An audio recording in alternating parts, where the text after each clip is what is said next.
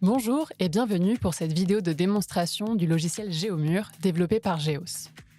Dans cette vidéo, je vais vous guider étape par étape pour effectuer un calcul de dimensionnement d'un mur de soutènement. Tout d'abord, après avoir ouvert Géomur et enregistré le fichier, je trace la stratigraphie. Ici, je dessine un modèle bicouche horizontal en utilisant le mode manuel pour la création des segments. Je crée ensuite deux types de sols. Pour chacun, je précise leurs caractéristiques géotechniques en renseignant par exemple leur poids volumique et leurs paramètres de cisaillement.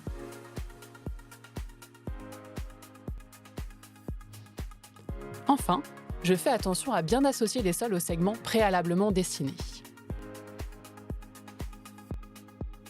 J'ajoute ensuite une surcharge de 20 kPa au niveau du terrain naturel. Passons maintenant à la modélisation de l'ouvrage. Je commence par mettre en place un mur poids de 5 mètres de hauteur en utilisant l'outil de création de murs. Je renseigne ensuite les paramètres du mur et du sol support, c'est-à-dire le type de comportement, les paramètres de cisaillement et la contrainte ultime.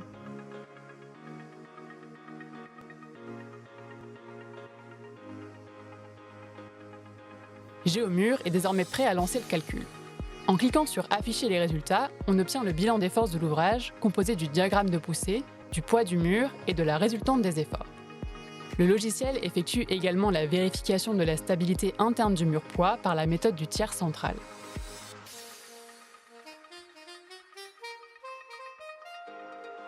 On peut aussi retrouver les vérifications classiques de stabilité externe conformément à l'Eurocode 7, aux états limites ultimes et de service, avec le détail des vérifications du glissement, du renversement et du poinçonnement. Retournons dans la fenêtre de modélisation pour tester un autre type de mur. Cette fois, j'opte pour le dimensionnement d'un mur cantilever que je vais dessiner avec l'option « Mur quelconque ».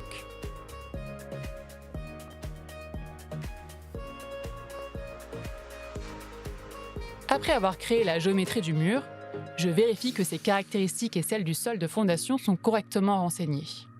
Je peux également renseigner les paramètres nécessaires au calcul de sa stabilité interne, en définissant les caractéristiques mécaniques du béton et de l'acier, ainsi que les positions auxquelles le logiciel calculera les sections d'acier.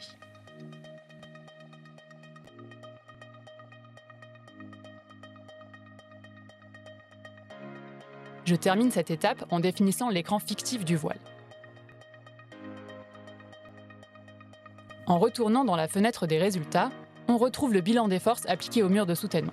À la différence du mur poids, Géomur calcule cette fois les moments générés dans le mur en béton armé et les sections d'acier nécessaires à leur reprise.